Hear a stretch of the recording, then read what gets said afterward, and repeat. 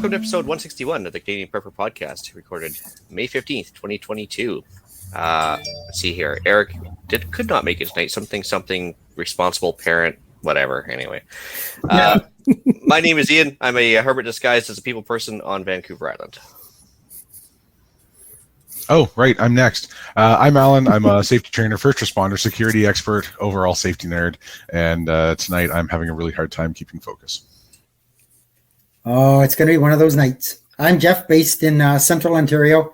I'm a target shooter, ham radio operator, and general overall handyman. Hey guys, I'm Brad. I'm in Eastern Ontario. Consider myself a part-time amateur prepper since about 98. Constantly trying to better myself. Let's see what the weather holds tonight. If you want to help support the show and keep the Canadian Prepper Podcast on the air, buy some swag from us. We have both the Canadian Prepper Podcast t-shirt, modeled tonight by the illustrious Jeff, and the super wicked awesome cool tactical Velcro patch. You can get those both at www.prepperpodcast.ca.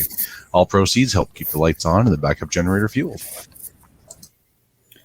And if you're enjoying the show, please take a few minutes and like us on Facebook and submit a review on iTunes. Also, we want your feedback, good or bad, or if there's a topic you want us to cover, you can email us at feedback@prepperpodcast.ca. All right, we've got some non-flammable content for you this episode. We're going to start off with some recent news, update our personal preps, then we'll get into the main topic, which of course is fire safety. News time. Well, I went for the topical discussion. So based on our topic of this evening of talking about fire safety, from the Sioux Today, up in Sault Ste. Marie, they're talking about 9 new wildfires discovered in the northeast region, and that's that includes Algonquin Park and places like that. So those are caused by lightning, careless fires, electrical contact, a few other common causes, but these wildfires are reasonably common, and the drier and hotter it gets, the more likely they are to exist. Did you guys say something about like a hot summer coming up, or Farmer's Almanac stuff, or what was that? Oh yeah, where the almanac I don't know if it's it's going to be a hot, dry almanac, summer. but I just think we're in for a hot, dry summer. Yeah, I concur with Jeff. we might actually get a break this summer because we're still in rainy season, which normally has been done for 2 months by now, but it's been silly here today. So. Yeah, one of the ham guys that I communicate with, he lives about 40 minutes north of me, and they had a fire caused by lightning last night. He said his son's a volunteer fireman, and he said they were out for about 5 hours last night getting it put out. So Yeah, we've had a few grass fires around here that have taken some time to put out. It's been a hot couple of weeks. Cool. Well, I've got a couple news articles mildly related to each other. Let's see here. The first one, Finland is joining NATO. For those of us that, can remember the time like when Scotland is teens type of thing, Finland was still a part of Russia back in the day. So up until World War I, Finland was part of Russia. Heavy ties to Russia all the way through. A couple spats in the early 40s with Russia, which, basically allowed them to, I guess, sort things out territory-wise. Anyway, long story short, they've been a close ally of Russia. At least non-aggression pacts have been signed with them all the way through. And all of a sudden now, kind of out of the blue, mildly related to the Russia invasion, they decided we're just going to join NATO, which is a huge shift in policy for them, which I found kind of amazing. But then the same week, my second article came out, which is Sweden's joining NATO. So Sweden's been armed neutrality kind of policy for the last 200 years. Literally 200 years, they've been gone all the way to not get involved with anybody's war whatsoever. And all of a sudden now they're like, yeah, this week, same week as Finland, we're going to join NATO as well. So odd. Methinks there's some tomfoolery afoot. Well, yeah, because Russia went out of their way to say, listen, if we sense an existential threat to ourselves, we're going to do first strike nuclear option. And if you want to make somebody feel like they're getting boxed into a corner, what better way than to have a couple more close neighbors join NATO? Well, anyway. I think it's Finland. Isn't their border with Russia like 800 miles long? Yeah, that's Finland. It's a fairly long border. Yep. Yeah. It is long and poorly defended. Just based on population volume. Reminds me of ours. Yeah, if you can imagine northern Ontario, but swampier, that would be the Finnish-Russian border for most of it. It's an ongoing thing with them, but that's why they were on their way. They actually had a treaty back in the 90s when I actually went through there one time as a high school trip. They made a point of telling us that they had a treaty with Russia that basically they would defend Russia if anybody attacked through Finland, but they were never going to attack Russia or something like that. They had like a very, very close treaty with them, even when they were communists. So I was like, big change. Well, I mean, I guess if they wanted to do it, from my personal opinion, I think now would be the time to do it. I think the last thing Russia needs to do or wants to do is get into another area of battle. They're struggling, obviously, with what they've got now. Could that mean that they would immediately jump to a nuclear option? I would certainly hope not. But I mean, I just think they've taken such a shit kicking in Ukraine that do they really want to start pushing that one too? Yeah, that's interesting because I mean, back in the day, Russia won both wars with Finland, but by the same token, I think they took 10-1 losses from the Finns. It was crazy. Like the Finnish definitely hold their own. So, yep. Anyway, that's all I had.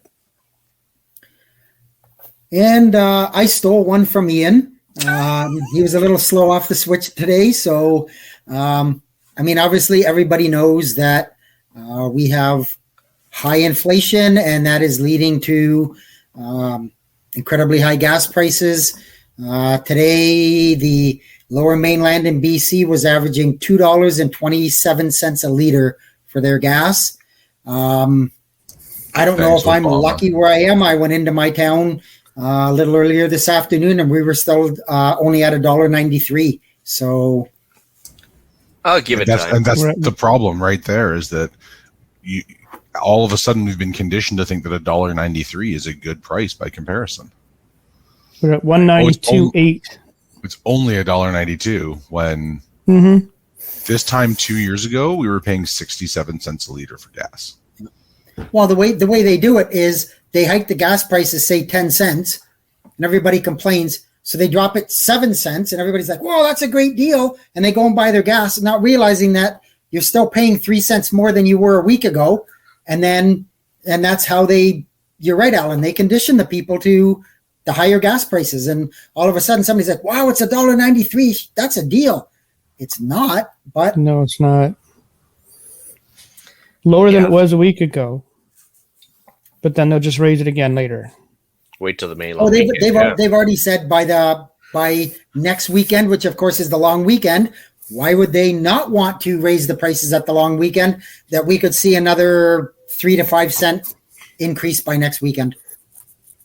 Thankful for my Costco card. Yeah. Dan right away wants to blow the stats out of the water. So his first question is, would a nuke set off my CO detector? No. That's the last thing you have to worry about. Actually, a quick technical question. So smoke detectors have a small radioactive component in there that senses the particles. What does a CO2 use for a detection kind of system?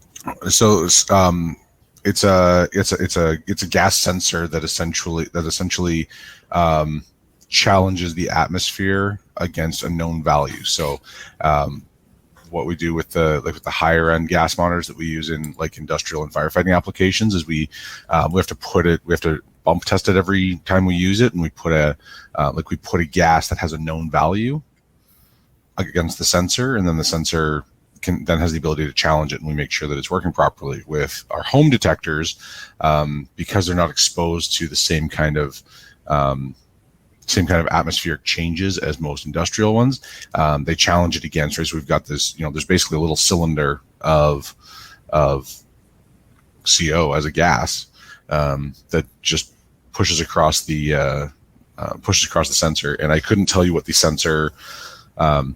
Like how it detects that, but it detects both a lack of oxygen and the presence of CO by measuring specific spikes in the atmosphere, in the atmospheric conditions. Well, there you go. I guess I've learned something. I guess we can call it a day there, right? Yeah, I was gonna say, learn something new every day, right? We got to see like 12 lines ahead of where I was planning on it. So Yeah, that's okay. What we did lately for preps? Had some home renos continue, doing some renovations outside the house, and some new siding, new windows, whatnot. Slowly but surely, I had figured that they might have been done by now. Basically, emptied all my fuel stores today. Trying to rotate everything out finally. So I'm going to have to, even though the gas prices are going to be massive this week, I have to go and get some new stuff to replenish what I used. I set up my Berkey. Hey. Very happy. Yeah. Did you get that from Rapid Survival? I did get it from Rapid Survival. It's amazing. I love it. Yes. It's like your one-stop shop for all your prepping needs. Yes. I actually got the 2.25 gallon, and then I've had that for about 2 months or so. I was waiting for this reno stuff to finish and kind of waiting for the temperature to rise. We'd be drinking more water, and yeah, the temperature was hot this week, so I decided, okay, this weekend I'll set it up. And I did that, and it's sitting on my counter. I've just run the second full tank through it. The first one, right, you're supposed to just discard it, whatnot. Yeah. So I'm running the first full good tank through it right now overnight, and I'll fill up all my water bottles and everything tomorrow morning and put some more into it and let it sit on the counter all day and put it into its home, hopefully tomorrow night. And yeah, I know 2 other people that have them, and they love them. My only problem is I get so excited about my Berkey is I overfill it, and then of course it ends up spilling through the water level glass, and then it puts a big mess on the floor. And especially if you get wood floors, it's horrible. But yeah. So the 2.5 gallons, that's like the 6-holer, or how many holes? No, it's a 4-holer. Okay, 4-holer. Okay. It is a 4-holer, and I bought. So I got the Berkey. I got it delivered. That was no issue, and then figured out how long I'm going to have it, like have the filters for, and how much we're going to use it, and decided right away, okay, I'm just going to get 2 more black filters right away. So I could put all 4 into it, but I don't want to. Yeah, no, we just run 2, even though we got a beer one as well, and we just have a spare set of 2 in the closet, and that way we're good for many moons. Yes, that's what I figured as well. And if they come down in price again, either with Eric or on Amazon or somewhere else in the next little while, I will grab another 2 right away as well. And like I said, the other main family that I know that has one, if for some reason they need another one, hey, I have one that you can borrow, just in case, right? I talked to Eric. I'm looking at getting one at some point, but he basically said the filters are few and far between. He's been waiting a long time to get what he's got, and he didn't get very much. So, well, I jumped on it when he said in our chat there not that long ago. He said he got new Berkey filters in right away. I grabbed another set, knowing that I have 2 in the 2 in the box with the Berkey itself, and then I grabbed 2 more right away when he said that he had some. That's when I figured out how much we're going to use and whatnot. I said, yeah, just do it, just get it. So I did all that. I found out one generator that I had somebody taken a look at will not be returning home, that it is kaput. It does no longer it no longer generates power. So, oh well. And I put a deposit down on a new shed, one of those Amish sheds you see every so often. Mm-hmm. I put a deposit down on a 12 by 24. Nice. So that should be here mid-July somewhere. Does it come with suspenders or anything else that you can like pipe you can use with it? No, I got those already. Pitchforks? What's that? Comes with a few extra pitchforks? No, I declined that option. Oh. No, okay. Was the butter churn optional? Yes. I went for the washing machine though. That's it. So I got to work on my outdoor garden beds. I've got some stuff going indoors, and I'll now that the warm weather is here, I need to get them out there. And I am in the process of scoping out or looking for a on off-road type motorcycle, be it an enduro, or it's kind of thinking something maybe around that type. But of course, with gas prices being what they are, the cost of used motorcycles is ridiculous. So if I find a good deal, I'll take it. I'm not in a hurry. There's some really, really outrageous prices out there that I'm not willing to pay, but I've got my eyes out. I'm looking around. And Yeah, that's been it. Well, surprisingly, I was looking at a dual sport a couple of years ago as well, and the problem is I was hoping to get something that was like, totally EMP proof. It's actually harder than you think, because even though they're all carbureted, they still have so many electronic components that it's hard to get one that will actually work with just points and a distributor and everything else. But anyway, yeah, no, I think it's a good idea. How much are extra circuit boards, whatever, for those kinds of bikes? Are they still ridiculously expensive that it wouldn't be worth it to buy an extra set and keep them stored somewhere? I never really got that far into it because I basically got vetoed by the financial officer of the house.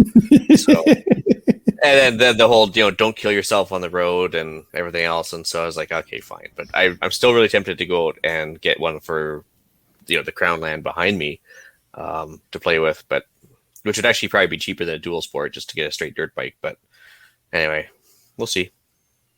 Yeah. When the time comes to actually use it, are you really going to worry about the on-off-road legalities of it? Oh, I'm not worried about that part. I'm just worried about like how well it handles the trails more than anything else, because it's basically around here. If you're not going over a log or a rock, there's something wrong. So it's not.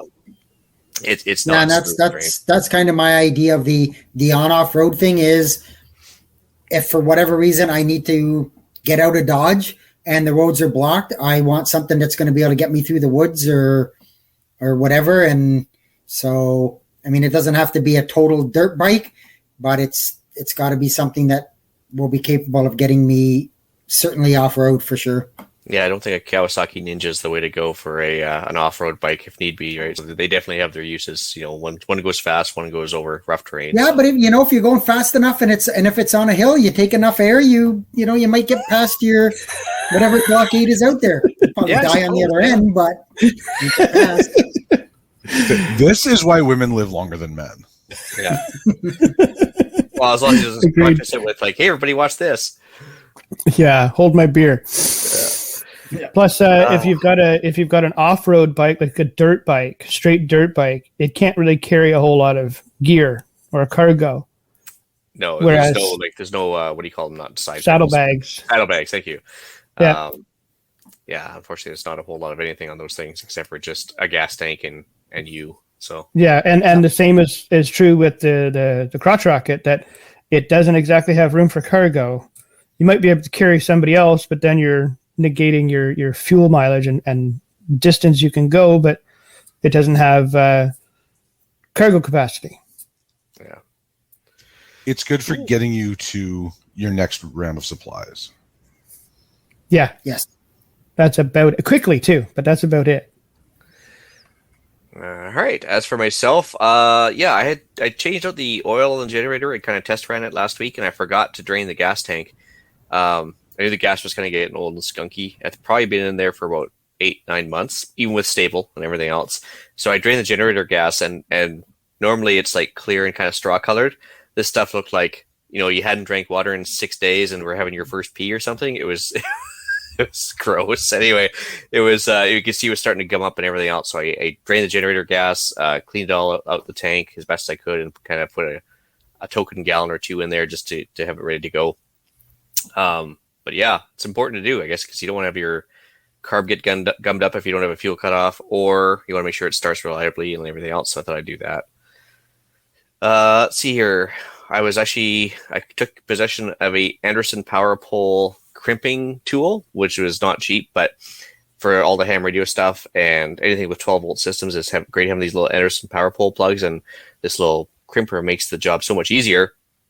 So I started going crazy around the house and doing the Anderson power poles on everything I have that's 12 volts, which is fantastic, until such time as I got to my solar panel power station in the wall, and I realized that the solar panel had stopped producing power for some reason.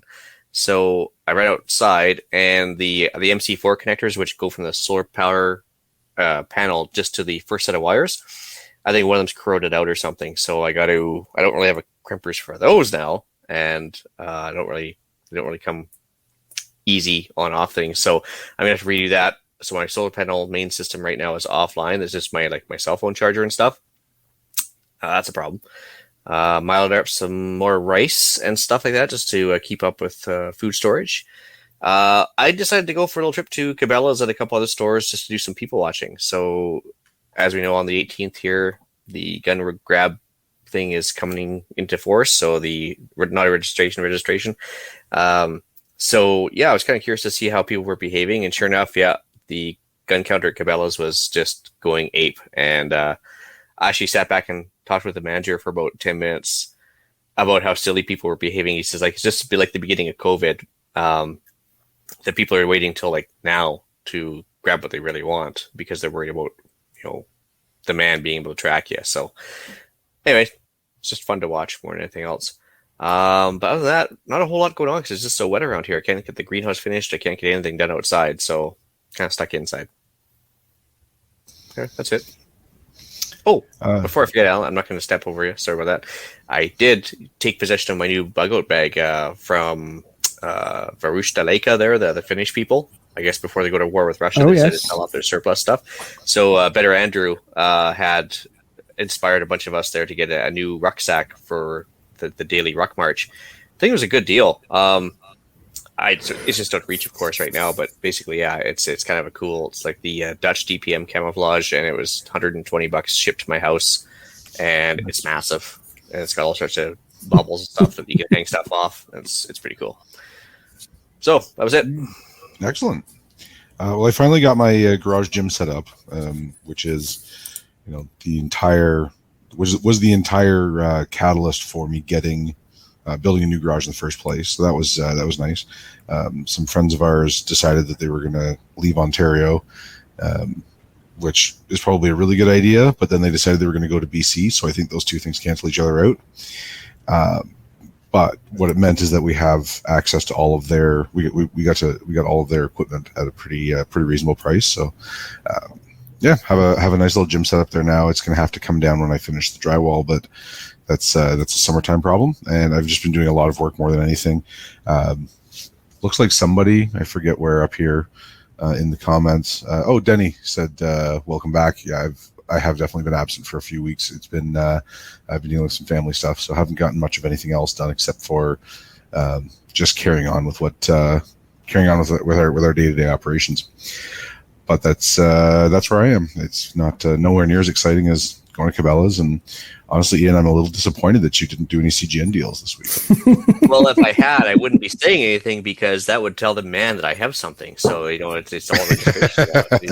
I can't admit to anything now, so that's the problem. Yeah, there's the backpack that came in. Ooh, and it's just waiting to be filled, and 80 liters, I think it is. It's a good size. Bag. Yep. And the two side things actually detach with zippers and everything else. So there's two 20-liter things on the side. And good deal for what they're offering. Anyway. Yeah, maybe send me the link on that. I was actually going to look for a new bag. Actually, while you're pontificating about the smoke stuff, I'll throw it in the show notes or the chat on the side there as well, and put it in the show notes. So, sure thing. Yeah, please do. I'm looking as well. So, all right, cool. All right, I guess it's time to move on to the main topic. Well, who was it? Dan in the chat on YouTube killed this for me, but I was going to start with talking about carbon monoxide. So the biggest danger when we're talking about fires in general, our biggest danger is not generally the heat; it's the offset of oxygen. So specifically in an enclosed space, burning fuels produces carbon monoxide. It's a natural byproduct which displaces oxygen in the body and makes life impossible. Kyle, are you paying attention? We got it out early.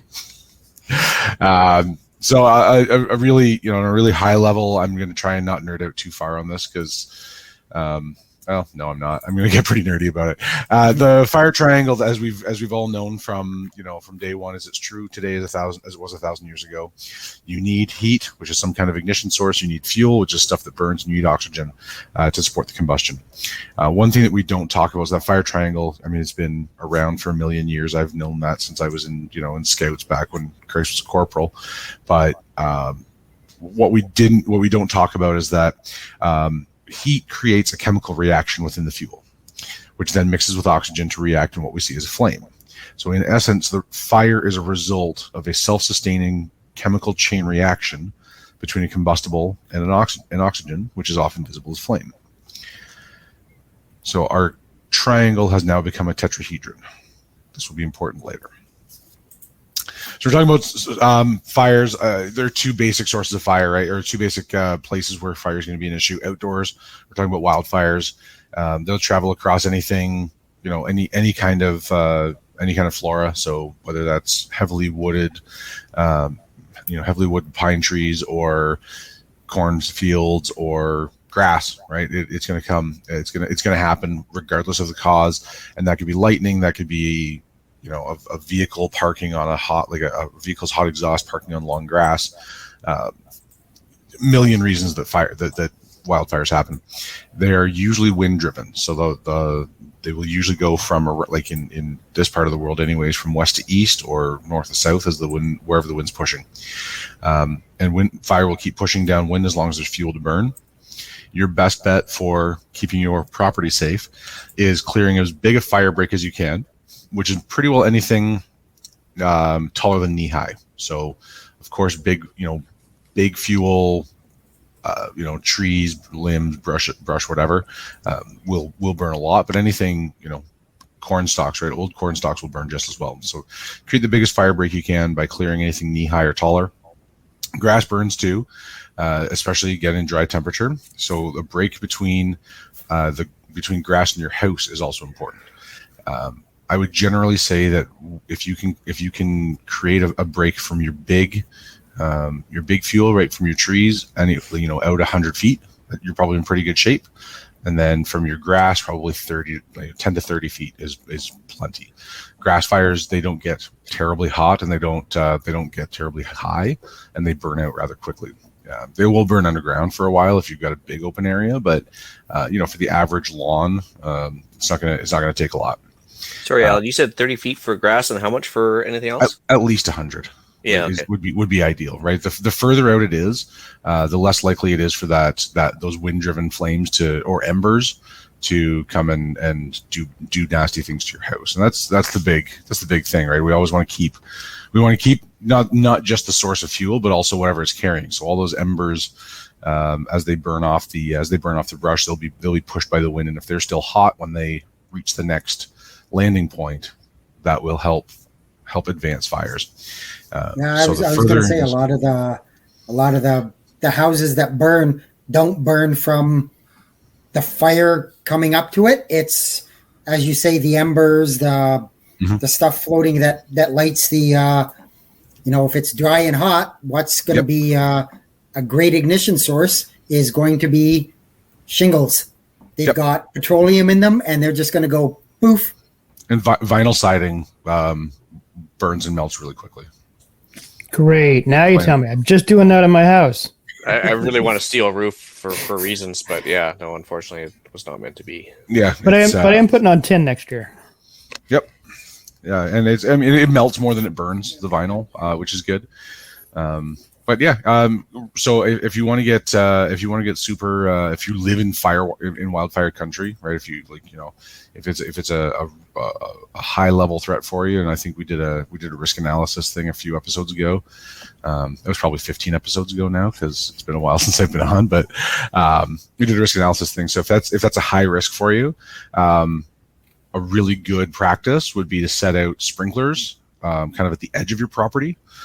Soak everything down for a couple of days beforehand when a wildfire is approaching, if you can, and you can get even nerdier and set up like an external sprinkler that will keep your house cool. So if you can keep watering your house to keep it from getting too hot, then you're minimizing the cause on the outside, and then you're minimizing the risk on the inside. And the risk is never zero, but it can get down to as low as possible.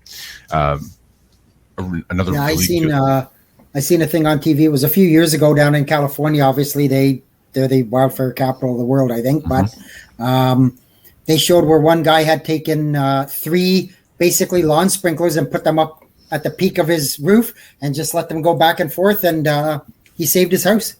Yep, absolutely.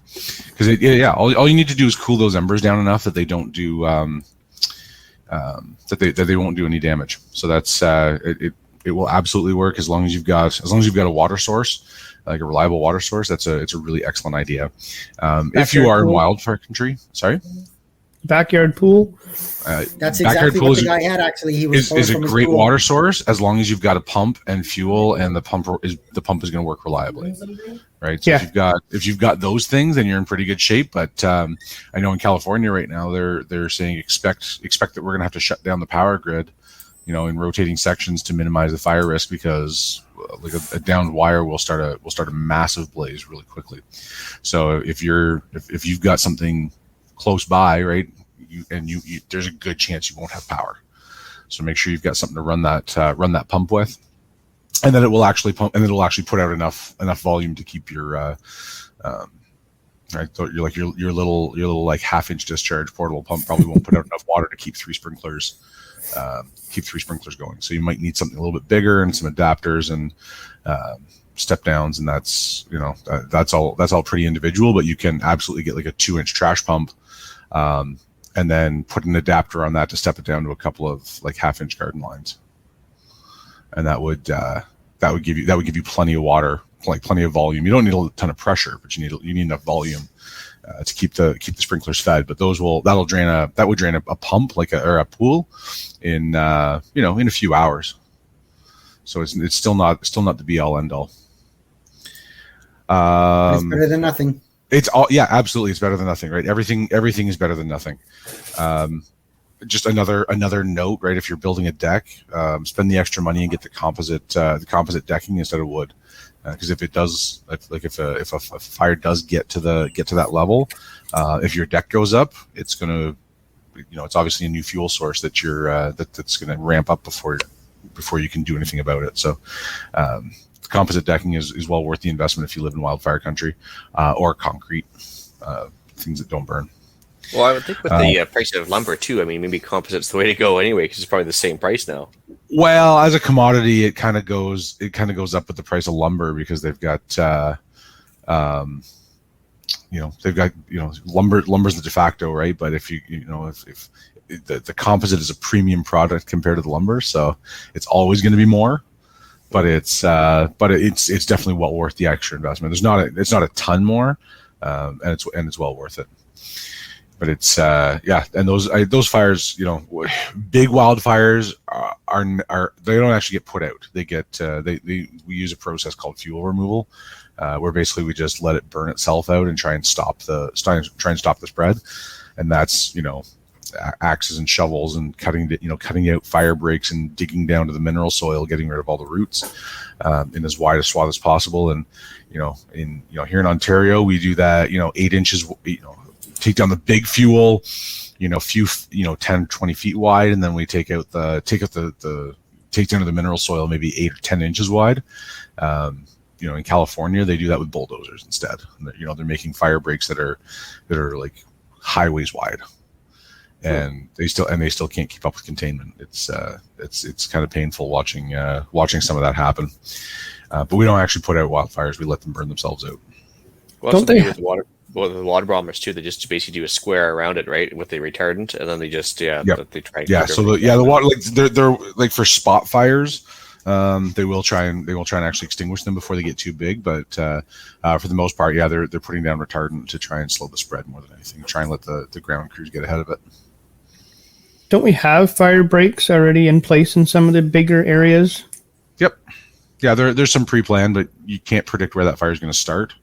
And in a perfect world, it wouldn't happen, but our next to perfect is that it would, you can get to that fire and contain it before it gets before it gets unmanageably big.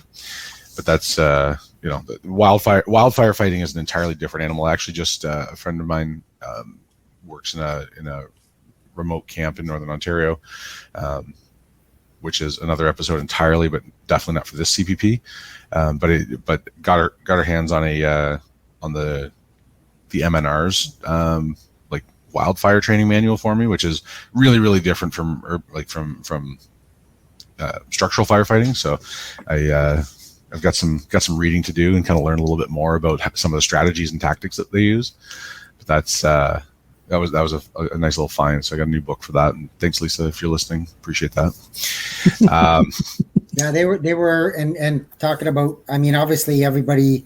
I mean, with the drought and everything, but they're even saying.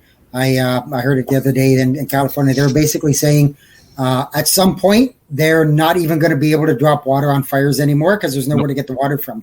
Yeah, they're attached to an ocean, but somehow there's no water to get water. There's no place to get water from. I don't understand that. One of I can't remember the name of the lake. It passed me right now. It's old age. But anyways, it's dropped so far that they're finding dead bodies that they figure have been there since maybe the 60s or 70s. So, Lake Mead. Well, Lake Mead supplies Vegas, and that's on the Colorado system, but it's what supplies LA is actually Mono Lake, and that's way upstate, but it actually is so high up that they actually siphoning more than pumps to actually get it down to LA. And that thing's been dropping steadily, like you said, for years and years. Lake Mead, as a matter of fact, has dropped so low that they stopped generating power out of the Hoover Dam. It also doesn't help that the lake above it in the previous state, I can't remember which call offhand, but no, there's another one. It was another desert state, anyways. Maybe it's Colorado or something. Maybe they actually shut off the upper lake to that one, so the Lake Mead is no longer getting any water right now. So it's kind of crazy. Ooh. Yeah, that's not good. Yep. I did read that article that Jeff had mentioned that they were finding dead bodies in the Lake Mead, but I didn't know that they shut the water off from the further one. Yeah. That's sucks. Yeah, it's kind of gross, and it makes problems worse rather than better. And so again, they're focusing a lot more on clearing fire breaks and just letting the fuel burn itself out. So that'll cover kind of the basics of the outdoor. Keep your stuff in order is the long and short of that. Keep your fires small. Call for help early. Right, the faster a crew can respond to a potential problem, the less of a problem it becomes. So if you do manage to, flick a cigarette and you realize that something's smoking, please just call it in. It's going to save everybody a whole lot of effort. And on your own property, just make sure that you're keeping your campfire small and your grass trimmed, and get rid of as much as you can, and keep your keep as much water as you can on hand. So inside the house, things are a little bit different, right? Your two main sources of fire inside are intentional heat, like stoves, fireplaces, candles, and electricity. So your heat sources, anything that produces heat can cause a fire. I remember very vividly, I can't remember whether it was Thanksgiving or Christmas, but I remember my grandma dropping an oven mitt onto the element in the oven, smoked out the whole house in just a few seconds. It doesn't take a lot of fire to fill a building with smoke. Your best answer for that is always to separate flammable materials from heat sources. After that, we only had silicone oven mitts in the house. And also don't let me change cell phone batteries in the house either. Keep smoke out. That's electricity. It's an electrical problem. But yeah, keep separate your flammable materials from heat sources. Candles are a very common preparedness item for power outages. They're great. They produce heat. They produce light. They're comforting. They're shelf stable. They're easy to store. They're all of those great things. But they're also an open flame. And if they get tipped over, whether it's because you've got maybe an open window and your curtain blows and knocks your candle over, or even just passes over it, that can catch fire. You put your candle on maybe a soft surface. You don't necessarily have it on have your candle on the most on the nice wide platform, whatever it might be. Just make sure that you've got it set up in a way that it can't fall over, and never don't leave candles unattended in a room. That's a big thing. It happens all the time. Somebody will, they'll light candles, in one room, they go somewhere else, it burns down, it tips over, something changes within the room that you're not planning on, and all of a sudden things are on fire that shouldn't be. One thing, and it happened to a friend of mine's. Their dog, the tail going by, Yep. knocked it over and lit their curtains on fire. And I mean, luckily they were right there. But I mean, if you're going to do that, keep it up somewhere out of the reach of your animals too. Yep, it's just that easy, right? It's really quick. Kyle makes a good point. Fire doubles every 60 seconds. That's really dependent on the fuel source, but that's absolutely possible. We used to have, when with older construction where you use solid lumber for all the framing. The average house fire had about 17 minutes from ignition to it being fully involved. Now, because everything is made of plastic and petroleum products and it's all glued together instead of fastened with nails, you've got about 3 minutes from ignition to fully involved. So not even enough time to grab all your favorite stuff, just one thing or two and go away. Don't grab things. Stuff's replaceable. That's why you've got it. That's why you've got a bag in your car. Just get out. Like you're not grabbing things. You're just getting out the door, getting out the window, whatever it is. I will take jumping from a second story window and having to deal with the pain of that over trying to fight my way through smoke, because I've been there and it sucks. One of the things that doesn't get shown on TV or in movies very well is just how dark and smoky fires really are. Like the your visibility. We all remember going through the house on fire safety day with the fire department and when we were kids, and they say get low, or they put a couple of chairs out and they brought across it and you had to crawl under it and crawl under the desk, whatever, to get out. You've got zero visibility in a minute and a half inside the house. Never did that. You never did that? Oh, you're missing out. Never did that. Okay, so can you debunk some movie stuff already? The wet blanket trick? Yeah, well, I mean, closing doors is absolutely 100%. 100% closing a door will absolutely make your life better. It will create what's called a tenable space, and the less air movement coming through, the better off you are. Right? Again, fire's not the problem with in a house fire. It's always the smoke. Doesn't even have to be a wet blanket. Stuff a blanket under the door, right? Close that gap as much as possible, and you'll be in really, really good shape. There are pictures. Really debunk the actual movie question, which was if you put a wet blanket over yourself, can you run through the room and make a run for it that way? Oh, that. Could you? Yes, probably. Actually, no, you probably couldn't, because again, it's the smoke, not the heat. Yeah. Just get out the window. Get out the nearest window. Carrie had a question and I missed it. She did, and I was just waiting to get a break in there.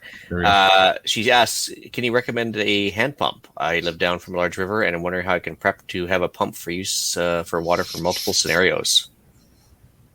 It depends on what you like. If you're actually planning on drawing from the river, well, I don't know how a hand pump would be able to supply your house unless you were just pumping into the back of a vehicle to drive it up to your house. Yeah. A powered pump would probably be more effective if you have any distance to travel. Otherwise, the short answer is no. I don't have anything off the top of my head that I can recommend. I would tend to go with something that's powered, just for the sake of efficiency, and whether you get one that has has an engine built into it, or whether it's something that is like a plug-in sump pump that you can run with a generator. That would be my number one choice. But depending on how far you have to take it, whether it's uphill or downhill, there are a lot of variables that would be decision-making factors on that. So what I would say instead, Carrie, is shoot me an email to Alan with 1L at prepperpodcast.ca. Grab a little bit more detail from you, and then we'll see what we can come up with in terms of a solution for you. And maybe if it's okay with you, we'll talk about it on a future episode, and we can talk about moving water from one place to another efficiently. Yeah, I guess. Because I'm sorry. Go ahead, Ian. If she had a static system that she'd leave in place, it'd be one thing, to set up a hand pump and have it ready to go or something.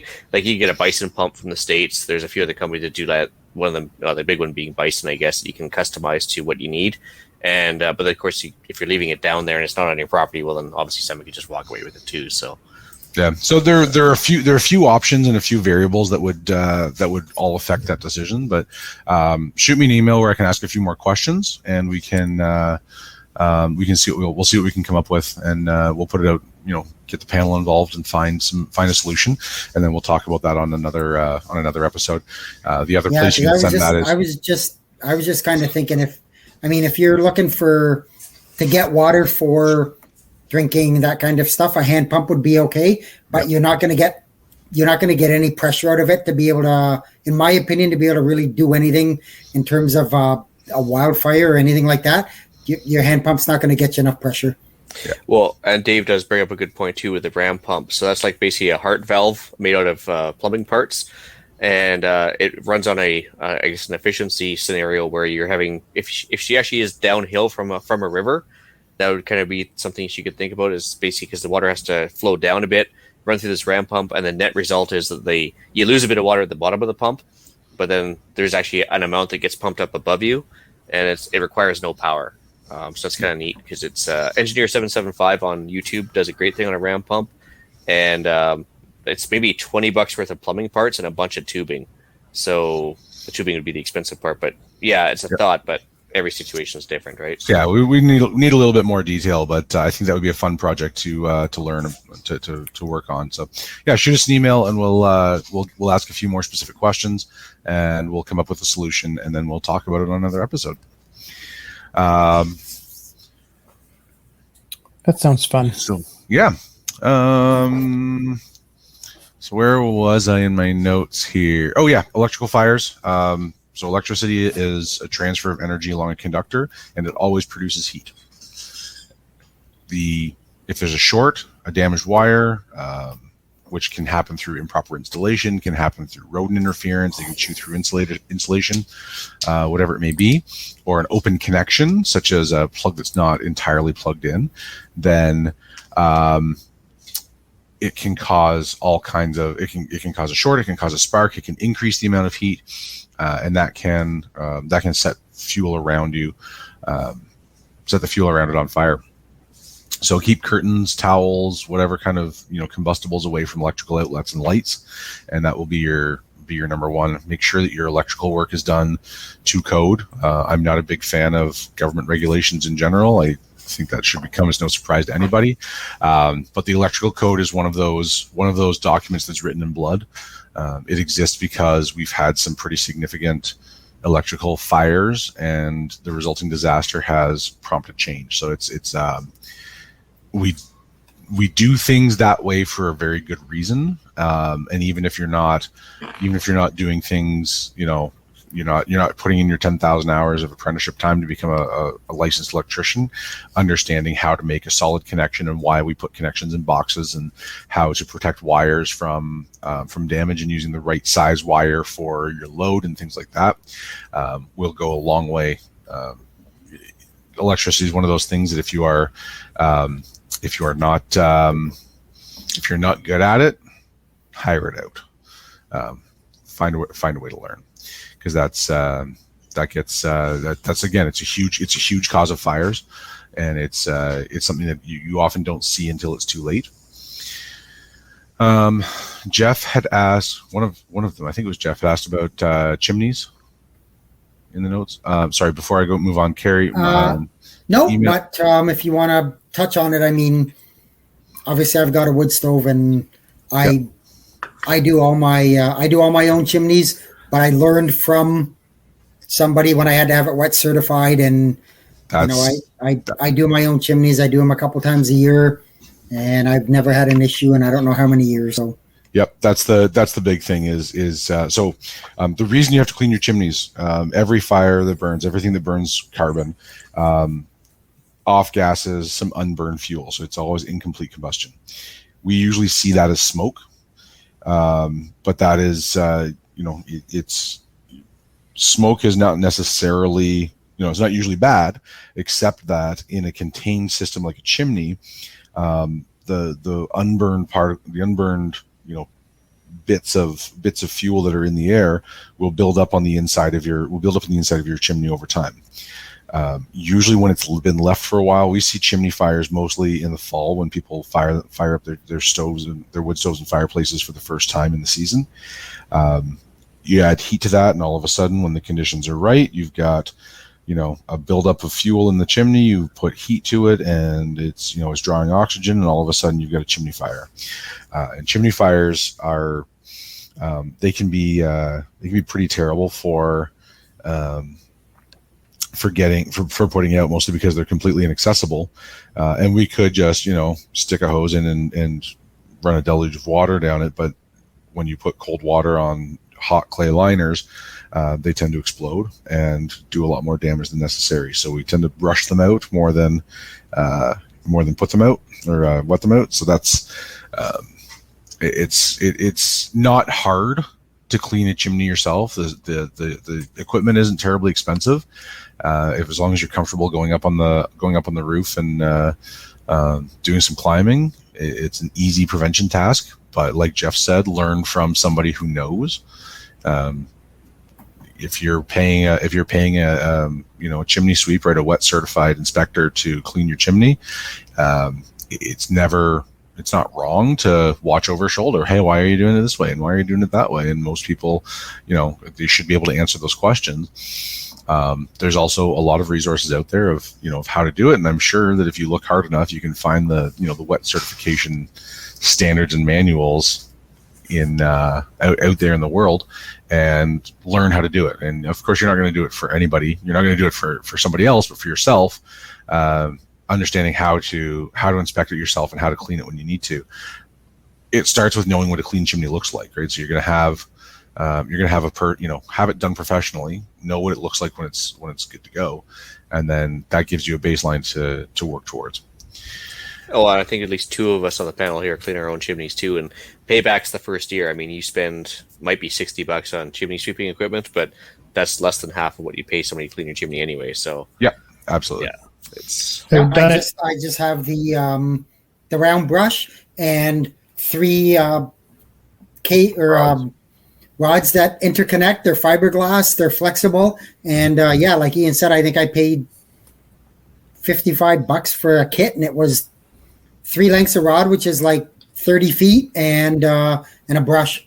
Yep, it's not expensive, and once I've done it from my parents. I don't know. Yeah, once you know what to look for, it's easy to do, and it's a very worthwhile thing to be able to do for yourself. So understanding fires or detection of fires. Yep. Check with your local fire department about regulations. Somebody asked in the show notes about smoke alarms and detectors. So the difference is a detector is something that finds the smoke, whereas an alarm is something that tells you. So what we have in our houses are not strictly detectors, but they're generally alarms. In Ontario, we're required to have a smoke alarm on every floor, outside every sleeping area. And in a lot of new builds, most municipalities are demanding inside every sleeping area. So there can be, upwards of 10 detectors in a 4-bedroom house. Is there a better place to put the detector for smoke? Is it better higher up as opposed to? Yep. High up. Heat rises. Smoke being unburned fuel is always hot. So it'll be on the ceiling first, and then it will work its way down. So high up is the place to go. We like to see those on the ceiling.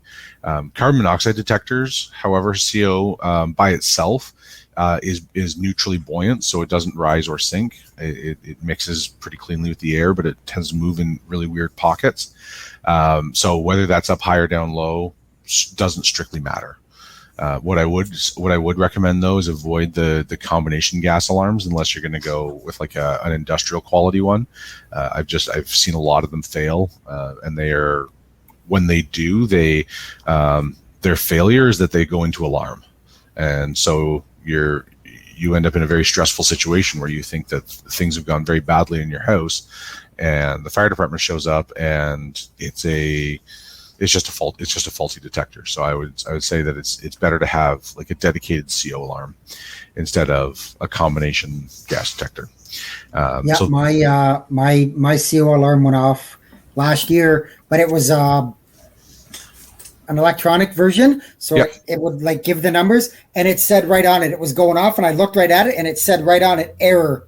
So I knew right away that the detector was bad. I took it out, went, bought a new one, and put it right back in. So absolutely. So obviously prevention is better than cure. Make sure your fuel burning appliances are properly maintained, your chimneys cleared, all that stuff. Never ever run your vehicle inside your garage, even if the door's open. CO pockets drift with air movement, and they can show up in really strange places on different floors or areas of the house, far away from the source. So always run your vehicles outside. So and then my next step was going to be controlling fire, and I see Carrie's got a question about getting your fire extinguishers checked. You can inspect them yourself there's in a commercial setting, you have to inspect your fire extinguisher monthly. It's not a bad idea for us to do that as well at home. Your best thing, just take a quick look, make sure there's nothing blocking the tube, the discharge hose, flip it upside down, make sure you can hear the powder inside kind of running up and down, and make sure the gauge is still green. That's a great inspection. Fire extinguishers have a lifespan. They need to have a hydrostatic test every usually 5 to 6 years. Usually you don't want to do it on a 5-year cycle, where you have to go to a company that's allowed to do that. There are plenty of them around. They don't charge a whole ton to do that. It's probably I think it's like $30 to have 10 extinguishers checked or something. But they'll empty it. They'll do a hydrostatic test, make sure the container is still able to hold material. They'll refill it, and you're ready to go for another 5 years. And then they tend to expire and they can only be tested twice. So you do on like a 5 and 10 year cycle, or I think Kyle's mentioning 6 to 12. And frankly, I don't remember the exact NFPA regulation on that. But you can only have it hydrostatically tested twice. So if it's on 6-year cycle, then after year 18, it needs to be replaced, and it can't be tested again. But for the cost Question of that, the little fire extinguisher, like spray can, I guess, for lack of a better term, that you get at Costco. How effective are those things? On grease fires specifically, we actually did an episode about this 2 years ago. I don't remember which episode it was. We kind of put it in with something else, but about 2 years ago we did that. It's really effective specifically on things like grease fires and liquid fuel fires. But like a wood fire wouldn't do? No, wood fire, I wouldn't bother. It's been for like the small kitchen, Yeah, it's a pot on stove. Yeah. Aha. Problem. Okay. Is what it's really intended for. Because you're getting ahead of me here, because it's that's part of the next 5 lines of my notes here. Well, get moving. I'm trying to. Where I'm answering questions from the audience at the same time. This is the benefit of doing it live. Hey. So we control fire by removing one of the 4 elements of the tetrahedron. So you can remove the oxygen, which is smothering it, which is exactly what we were talking about, by putting a film over it. That's or you can also do that by putting a grease fire. By smothering a grease fire, you put the pot lid on. This is a really good idea. It's a really good idea to have lids for your pots that fit properly. I know I didn't for the longest time. I just had the hand-me-downs that I got from when I moved out on my own 20 years ago, and you've got a pot, you've got a lid that kind of covers it, and whatever. But they never. I mean, you would know. You may get to this, Alan. I might be jumping in, but never throw water on a grease fire. Nope. No. We're definitely not going to do that. So we want to smother it or interrupt the chemical process. So with specifically with a grease fire, you want to smother it. You want to remove the oxygen. If you remove the oxygen, you interrupt the chemical process. It can't burn anymore. Or hit it with something that is specifically designed for grease fires, which is a Class K foam, which in nerd speak is an ARAFFF, which is an alcohol-resistant aqueous firefighting foam. By the way, you have to be able to say that 3 times fast to pass the test. And what it does, it creates a film on the top of the liquid. And it's a soapy quality that bonds to the grease molecules and helps keep them separated, and then they can't ignite to each other. So there are 5 basic classes of extinguishers for 3 kind of types of fires. So your Class A extinguisher, your Class A fires are solid combustibles. That's your wood, paper, anything carbon based. You can use water just fine on a carbon on anything solid. A Class A fire. Class B is liquid combustibles like gasoline, kerosene, whatever, but not a grease fire in the kitchen. Usually smothering those is the best way to put them out, or just let it burn if you can. We generally use foam for that. A Class C fire or Class C extinguishers for anything with energized electrical equipment. So it's not really a type of fire, but it's a type of extinguisher. So you'll see an ABC fire extinguisher. Those are probably the most common, and those are the ones you definitely want in your house, because that will manage solid combustibles, it will manage liquid combustibles, and it is safe to use on energized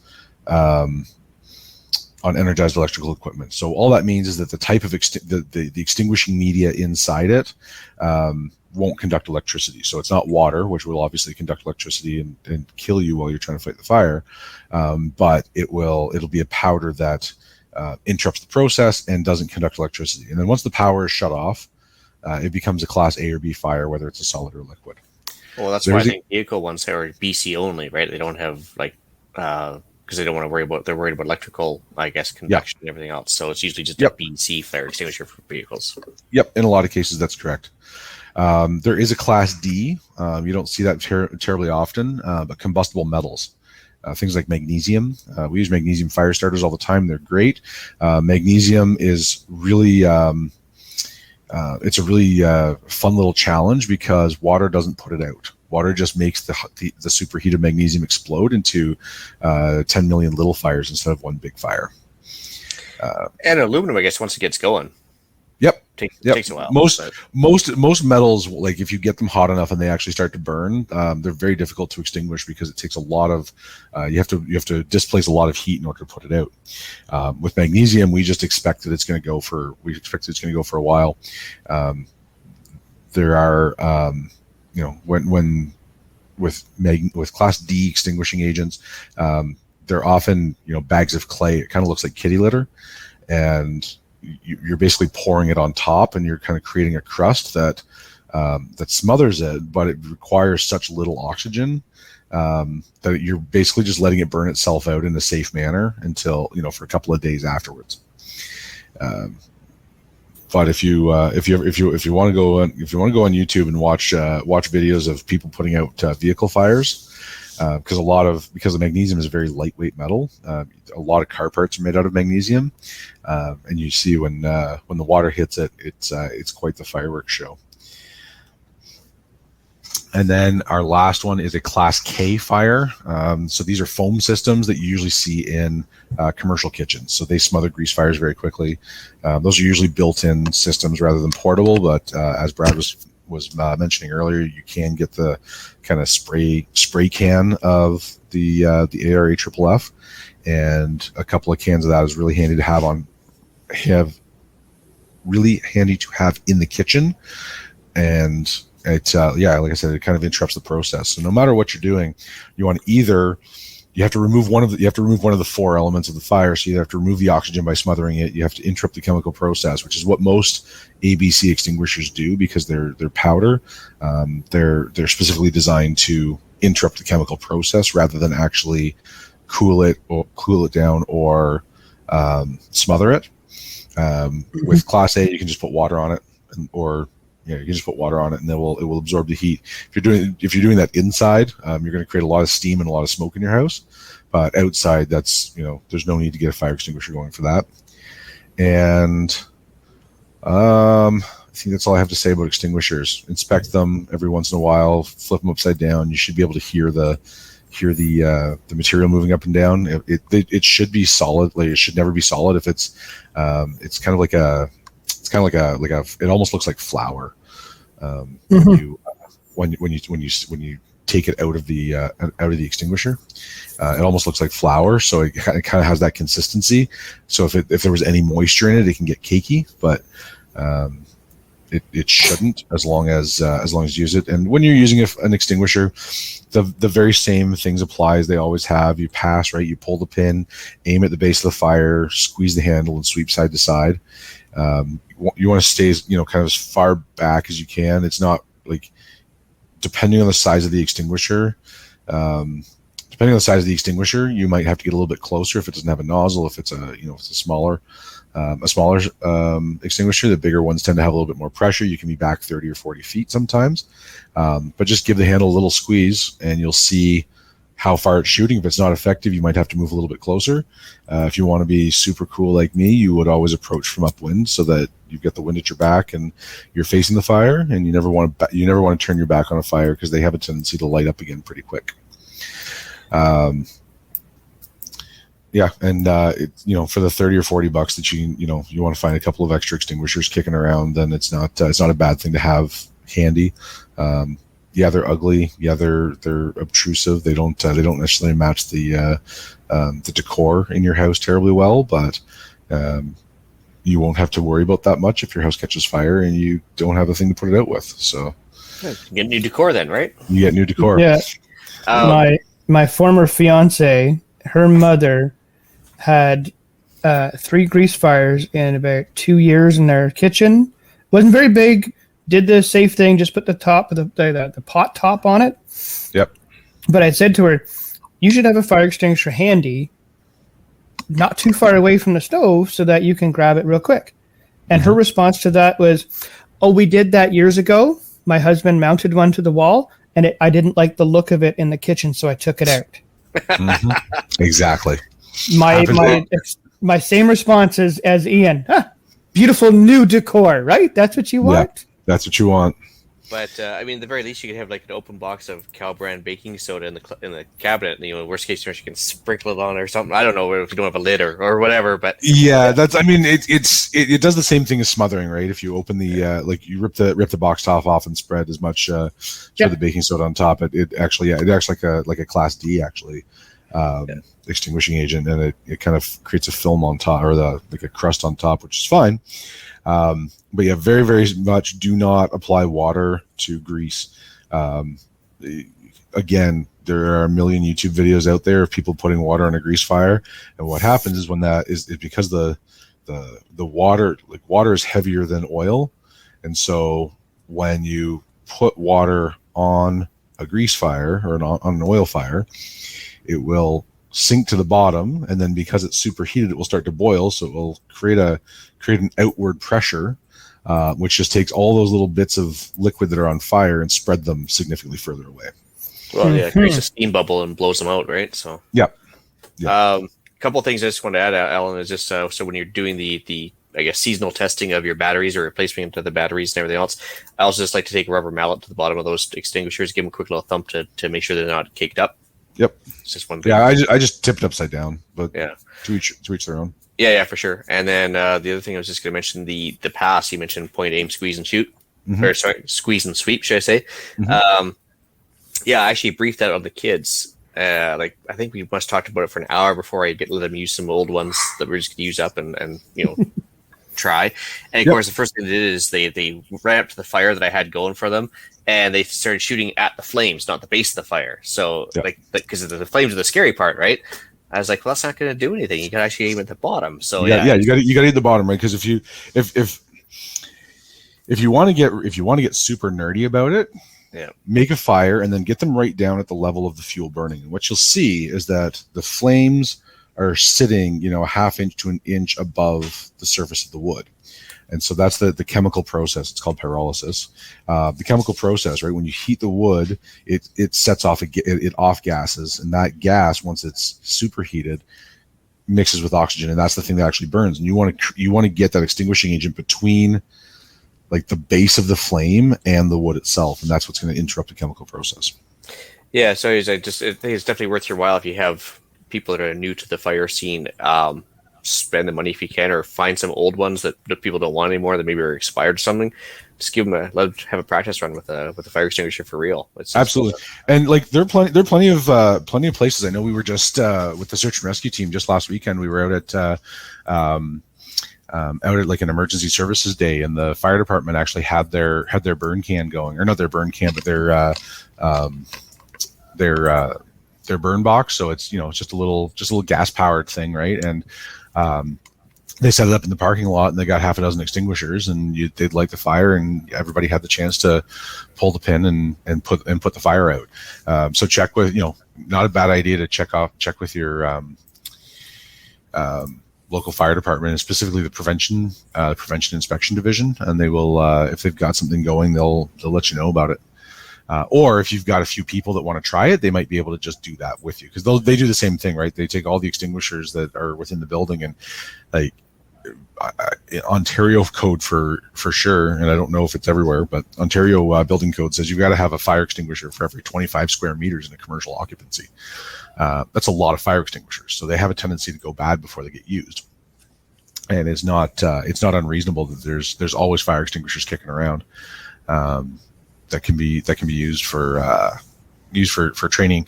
And just one more kind of note on that: if you're going to use a fire extinguisher, whether you just kind of tap the handle or whether you discharge all of the contents, it still has to be recharged, and it's still going to cost you the same. So you might as well go ahead and use the whole thing. Yep. Just it's kind of like breaking the seal on a bottle of booze or something. Yeah. Just throw it away and spray and pray. Yeah. Awesome. So that's a lot of information about fires and fire extinguishing. Questions from the crowd? But it's still good info. Oh yeah. Yeah. Let's see here. Actually, I think we kind of covered it mostly as we went. Maybe scroll down and see if you can find any other questions there. I'm just going to just go over my stuff quickly here too. Yep. So fire season coming up for us in the forest here, and a couple of things like Alan mentioned, fire break. Make sure you have a decent fire break around the house. It took me forever to get mine done, but I finally got it done. But more importantly now for myself, especially, like I've got, after having done the fire break this spring, I have a bunch of ground fuel sitting around. So branches, evergreen needles, anything, bark, all that stuff obviously is going to allow the fire to get closer to your house. You got to clean up the ground fuel just as much as you got to take down the trees. So don't just do the job half-assed like I have. So I'll work on that. And the other thing I was going to mention, as the campfire ban happens, maybe give thoughts to the propane fire versus the campfire. Whenever it's not nearly as cool, but it's a little more controllable for sure. The other thing I was just going to mention too, I had the experience last year because they had a chainsaw ban, so I ended up having a chat with the local fire chief because he didn't like the idea of me running a chainsaw. And so it turns out that where I am, for example, they actually don't have the ability to refill the fire truck in a timely fashion. It might take a 45-minute round trip to actually refill the fire truck from where we are. So really what they have on the truck is all they have, which isn't a whole lot, as you know, Alan, right? Like there's not a whole lot of 6 minutes of firefighting water is generally what's on an engine. Yeah, so really, like that's not going to do anything if your house is on fire, right? So that's what we don't have any hydrants here or anything else. So they have to go and refill. That's enough water. That's enough water to contain the fire to your house generally. Yeah, that's what it is. It's just consider your house a loss. So, which would also made me wonder why I'm paying property tax for fire control. But anyway, that's another whole story. But the next thing was I should actually, one thing I'm missing out of my preps is a big ass gravity tank above the house here, which I've been doing some digging on, and about $1 a gallon for storage. So if you want 1,000-gallon tank, it's at least $1,000 if not more. But it is some digging. I found a guy on YouTube, Curtis Stone. He's a homesteader in Kelowna. So for a couple of our listeners that are fairly close to that, might be worth checking out. He's figured out a system that allows maybe what Carrie was asking too, I guess, too. If you have a tank above your house, you can actually get a solar system set up that isn't going to work as an on-demand pump. It's going to work more as like a dribble thing. And so as the sun gives you just enough power to get a little tiny dribble of water uphill above your house, it might take 2 weeks to fill your tank, but eventually you'll get your tank filled and keep it filled on kind of instead of an on-demand basis, more of as a gradual basis. And that way, if you need a massive amount of water quickly, you have that gravity tank with a nice thick pipe available to run downhill on demand. So just a thought there. Yeah, that's something I need to work on for sure. It is doable. 1,000 gallons of water is not going to put out a house fire. Oh, no. But at least it's going to augment something, right? Like it's going to help. Yeah. Even if you have not so much a house fire, even if it's just a grass fire around your house or whatever, right? You know, and it would definitely be good at like preventing fire, right? Like feeding your sprinkler system. It'd be fantastic for that. But it's and like to Kyle's point, in the chat in the YouTube live chat, like they not have tankers. No, they just don't have enough.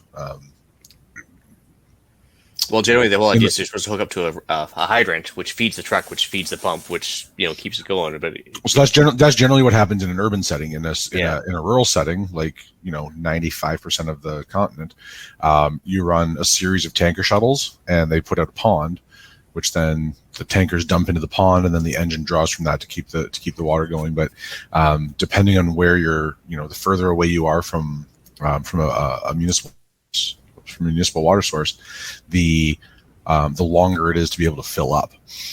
So if you're somewhere where you're not near a lake, you're not near a hydrant because they don't have water mains for it, then you're still a heck of a drive. Like there's a place in actually not far from Jeff where we cottage on a pretty regular basis, and the only hydrant in town is what's called a dry hydrant, which is just literally it's a fire hydrant on the surface, but it's a pipe that goes down and goes into the lake about 10 feet under the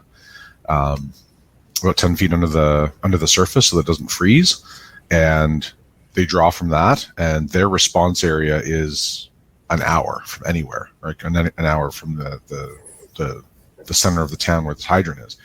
So even with 5 tankers, if you're driving an hour out and back, that's a long way to go. Yeah, so literally we have storage tanks of water that are obviously raised up above the truck level that they dump into the truck, and like I said, but there's only like one, and it's like 2 miles away, and it takes time to fill a truck. And there's another one on the other side of the highway, but no hydrants. And there's only one full-time firefighter here, the chief. The rest of the guys are all volunteers, so they show up after the fire call happens. They have to get out of bed, get to the fire station, put on their gear, and then 8 minutes generally. Yeah, so it's a while. We obviously are a little more on our own out here, but that's also why we don't pay as much taxes as some people too, right? Mm-hmm. So that's just the way it works. You also pay a lot more in insurance because you're considered unprotected. Believe it or not, no. Surprisingly not here. It's not bad compared to Ontario anyway. So the other thing I was just going to mention on that note, because I'm more on my own, it helps to have your own shovels, axes, hoses and nozzles, even a big pile of dirt in certain cases for smothering purposes. Chainsaws, if you had to knock down some trees or anything, obviously not just for chopping down firewood, it's got some better uses as well. And more importantly, have the cars ready to evacuate. So full tanks of gas, not less than a quarter. Full tanks of gas and backed in. That's another problem that people find. And I remember reading in kind of in the after action report from the Fort McMurray fire that several of the challenges were vehicles breaking down on the only road out of town. People not knowing how to drive the vehicles that were in their driveway. Like if I have an automatic transmission vehicle, my wife drives a stick. I haven't driven a stick shift since I was 15. So there's a chance that, especially under duress, I'm going to have a hard time doing that. Mm-hmm. So knowing how to do that with your, knowing how to be able to get into any vehicle that you can and get out is super important. And always back in. Like you're anytime we talk about preparing for the worst. If you're backing out and smoke is obscuring your vision, you're more likely to hit something that you can't see than if you're pulling out. You'll have a better field of view. You're less likely to come across something that you weren't expecting. Especially if your gas tank's back there too, it's going to crack the gas tank and you might run out of gas. Anyway, Yeah, so that the trunk bug out bag. Make sure you change that out for the season. Make it seasonally appropriate as far as clothing, and change out your food supplies, everything else, so you're ready to go in case of evacuation. You don't have to sit there and line up like everybody else for gas and food and everything else. So you just get going and gone, like a la Fort McMurray. Other thing, I think Andrew mentioned it originally, and I've definitely taken it to heart. But when you're at home base and traveling, know your exits. So, like you mentioned before, Alan, count the doors to the emergency exit. That was Eric that started me on that. Right? Yeah. You get to your hotel room, count the doors to the exit. So if I go out the door and I turn left, where's the stairwell? If I go out the door and turn right, where's the stairwell? Be really acutely aware of that. And most commercial buildings, the stairwells will dump you outside. You don't have to go back through the building once you get to the ground level, and then count the number of landings to the ground. So if you've got, the building that I work in right now, it's 4 landings from ground to 2, and then 2 landings every floor above that. So their 4th floor is 8 landings above ground. So if I get down to landing 7, and I'm like, why haven't I found this door yet? It's because I've still got one more to go. Yeah, and I do believe it was Franklin Horton books, I think that Brad just got me on, or somebody got me on this series of books anyways. But yeah, I did. Yeah, have enough gas to leave. So if you're away from town, ready, obviously in fire season or whatever, just make sure you have enough gas to leave no matter what. And know the roads. Like that's a big one. We saw that in Louisiana, like during Katrina, and all of the subsequent things, all of the subsequent hurricanes. Like if there's one road out of town, it's going to get really, really congested. But if there are, there's almost always more than one way to get somewhere, or at least get out of the danger area. But if you don't know where the roads go, if you don't know which way they are, you can make things worse for you rather than better. So it's a really, really good idea to just know the roads and like have a printed map book. Sometimes it's sometimes it just does take that. All right. So one question here we got: where do you recommend storing fuel cans? Your garage. Yeah, definitely not inside your house. Where I recommend storing them is approximately 75 feet from your house in a vented, dedicated, rated fuel storage basin. So it's a cabinet that has ventilation to it and allows. It won't allow combustion, so it's oxygen limited. So if something does catch fire, it'll seal itself up. I recognize that is very wishful thinking. Expensive. It's very expensive. It's difficult to maintain. For a lot of reasons, it's impractical for the average homeowner. So I would say in a shed would be ideal. Someplace that can be ventilated fairly readily, because you don't want the fumes to build up, because the vapor of gasoline is what's really flammable. So you don't want fumes to be able to build up. And definitely not near any ignition sources. So you don't want it in the same building as like an overhead heater that's gonna kick on automatically. And you're saying not the trunk of the car then? Ideally not. Yeah. Next question: is Jeff napping? No, I'm not napping. I'm here. He's planning his next question. Yeah. No, you've answered all my questions. I'm good. Yeah, I think that was pretty much it. Seems we're running out of listener questions too, so we might as well carry on. Should we move on to the podcast challenge? Do one thing that you can to amp up your personal fire plans. So get an additional fire extinguisher. Put your fuel cans in the right spot. Control your ignition sources. Have a plan to deal with wildfires if that's something that's next to you, or a high risk for you. Do one thing to amp up your plans. Fire extinguishers are pretty cheap way to do that. Yeah, pretty low hanging fruit, pretty easy to do, and available everywhere, pretty much. Kyle's question: nothing about keeping a CO detector next to fuel storage. As long as it's not inside the house, no, I don't really care. If you're putting it in an occupiable space, right? If you're leaving it in the leaving it in a garage, then yes, absolutely. But you would already have one there, so I know you were trying to make a joke, but I just quashed that because there's nothing funny about carbon monoxide.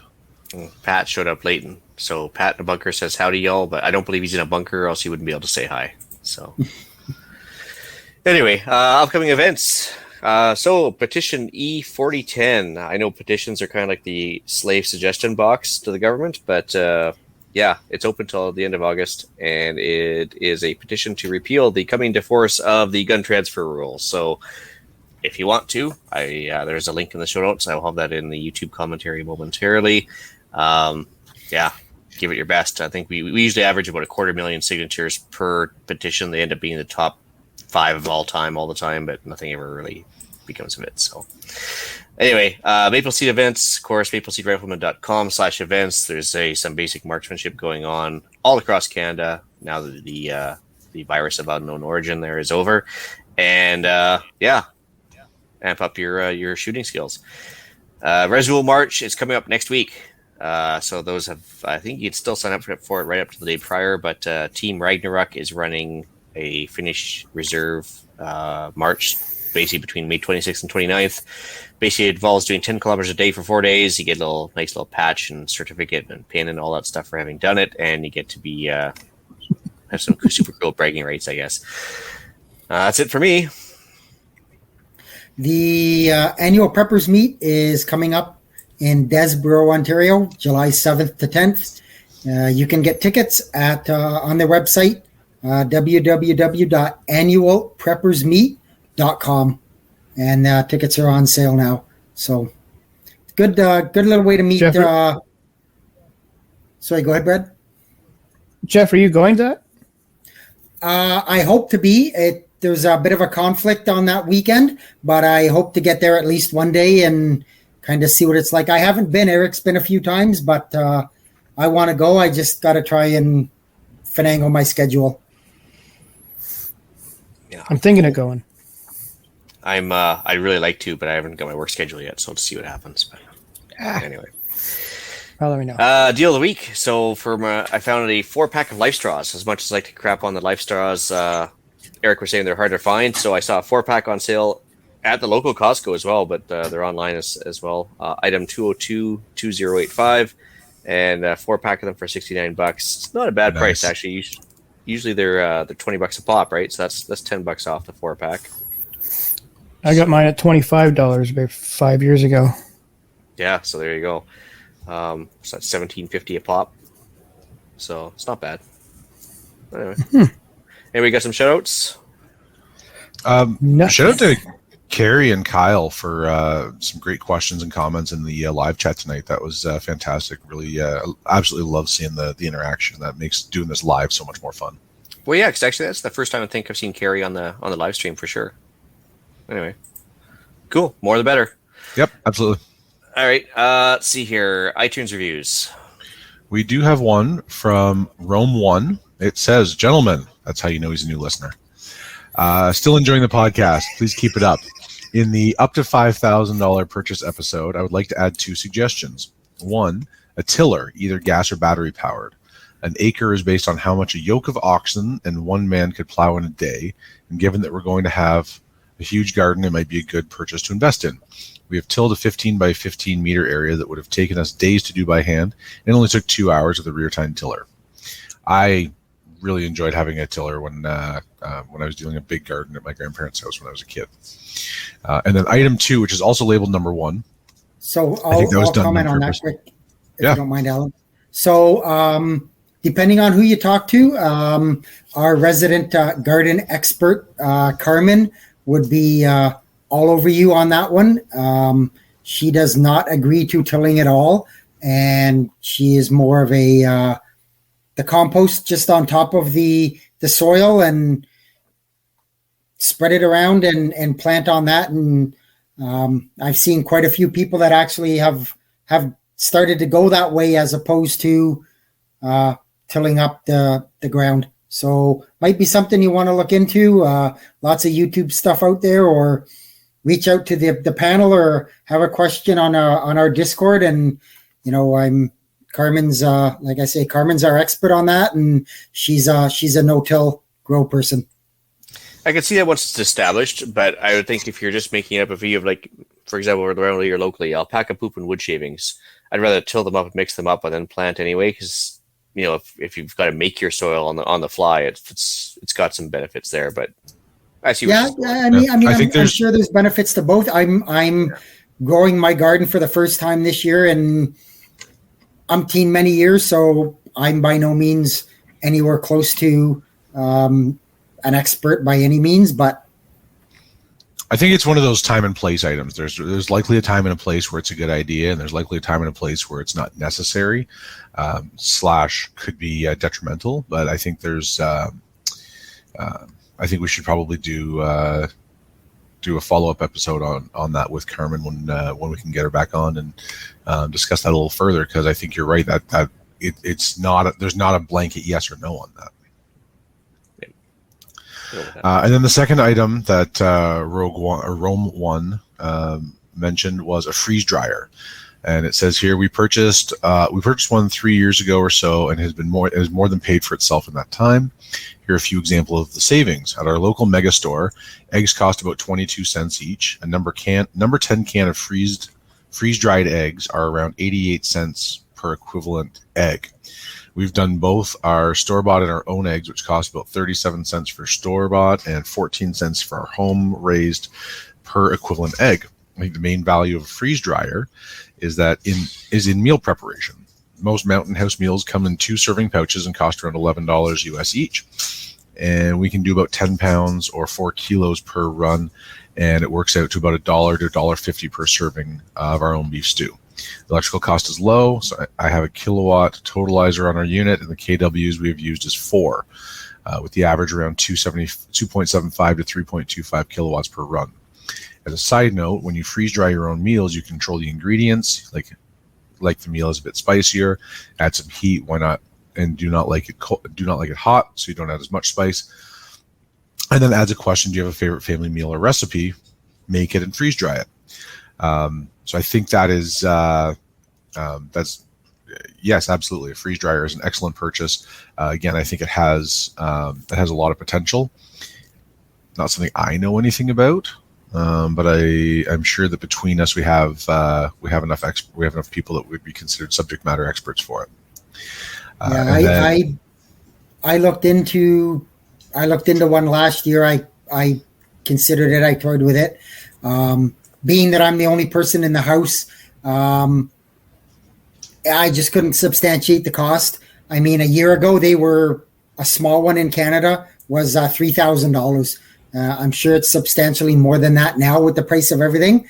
So, and that would, I mean, they're great to have, and I mean, I absolutely agree with everything they say.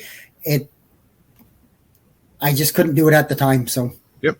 Well, and I think for an individual, that's probably cost prohibitive. But if you were to, find one place to base it, and you've got several people that are willing to invest and make use of it, then, the purchase price, if you've got, say, 4 families that are all buying into it, you're now down to about $750 a family, and then you total up some of those savings, and within 3 years, within say probably a year, then everybody's made their money back on it. So that would be it's a large purchase. It might be worthwhile to have a bunch of people go in on it on the agreement that once a month or once a quarter we all get together and throw a few beers downrange and freeze dry whatever we're going to do for the day. But that's I think you're right, Jeff. They're likely cost prohibitive for an individual. Too bad you guys didn't live closer. It's too bad you didn't live closer to us, since there are more of us here. Over there. 6 of one, half the other, because then I definitely do that kind of thing. Exactly right. That's that's the benefit of having. If I could find a group, I'd be all over it. But yeah, like I just said, it's for one person. It's cost prohibitive. Absolutely. If Jeff and Eric hadn't gone gray man, I would have stayed there. We would have been like 20 minutes away. Yeah, there you go. And then, I mean, I'm only a couple hours away, so if we're going to do that once a quarter, I'd be in. So, yeah, so that might be another way to approach that. Whereas, yes, it is a costly investment, but over the years that will pay for itself. And if you can just spread the initial pain out over a few different groups of people, then you're probably in really good shape. And then Rome 1 finally asks, 2 requests. Can I please get an invite to the Discord group, and how do you access the show notes? So the show notes are attached to Spotify YouTube. For sure. The YouTube channel. I don't know about Facebook. Maybe Ian, you can correct me on that. But it goes out kind of when we publish the final episode. So if you're watching us live, you missed the fantastic intro music and all of that good stuff, and maybe a little bit of editing of the ums and ahs out of it. But at the end of the show, these will end up in the YouTube notes in the YouTube comments for sure. And then the invite to the Discord group. Find the show notes, and you will see the link to the Discord group is in just about every episode since we started it. Yeah, so just put the link in the chat as well for the Discord. But I think he said he found the Discord link. But yeah, so the YouTube, I guess, live show doesn't show the show notes until sometimes I get back to the studio after it's done and then re-enter them manually. So it might take an hour or so. But then check back tomorrow. All the links that we're talking about will be in the YouTube commentary. Yep. And then same thing when you go on the Apple podcast. I do believe Eric's supposed to shove the notes into all of them. He doesn't always do it, but he's pretty good about it. And then, other than that, email us, worst case scenario, we'll give you a Discord link so you can join up. There's probably about 200 on there now, something like that. So, pretty healthy Discord group. Yep. Yeah, and I think that's all the emails we got from this week. So thanks for listening, Rome 1, and thanks for participating. We always love the feedback, and hope to see you on the Discord group. You can. If you can't find it, if you still can't find it there, and Ian was wrong because he tends to be, just shoot me an email and I'll forward you the link. 176 members on Discord. There you go. There you go. That's a big community of people who may wish to get in on a freeze dryer. There you go. and there's a location specific stuff. So like if you're looking for somebody local, there's usually like a mag meetup kind of area where you can figure out who's at least in your province and take it from there. So yeah. So with that, I guess I'll bring episode 161 of the Canadian Prepper Podcast to an end. You can find the podcast on iTunes, Podbean, Spotify, or your favorite podcast app. Please help us out and submit a review. It helps other people find us. We do record these shows live on Facebook and YouTube if you want an early peek at the show, or you just want to get in a question and have us answer it. We may very well do that as well. You can subscribe to the YouTube channel, Canadian Prepper Podcast, and click the notifications tab. It gives you an alert when we're going live. If you want to reach me directly, that's Alan with 1L at prepperpodcast.ca. And if you want to reach out to me, you can just send a message, feedback at prepperpodcast.ca. Where Eric will send by carrier pigeon. I can be reached at batbradcpp@gmail.com. Raj, you can reach Ian directly by emailing me at the islandretreat@gmail.com. All right, you can also find me on a Canadian Patriot Podcast on iTunes and YouTube. We record Monday evenings at 8:30 Eastern now. I'm also in the Discord group for both CPPs. Emails if you want to invite to the other CPP's Discord as well. There you can find us discussing why government waste in society has me shopping for water tanks. Anyway, thanks for joining us. Till next time, be prepared, stay safe, and keep learning.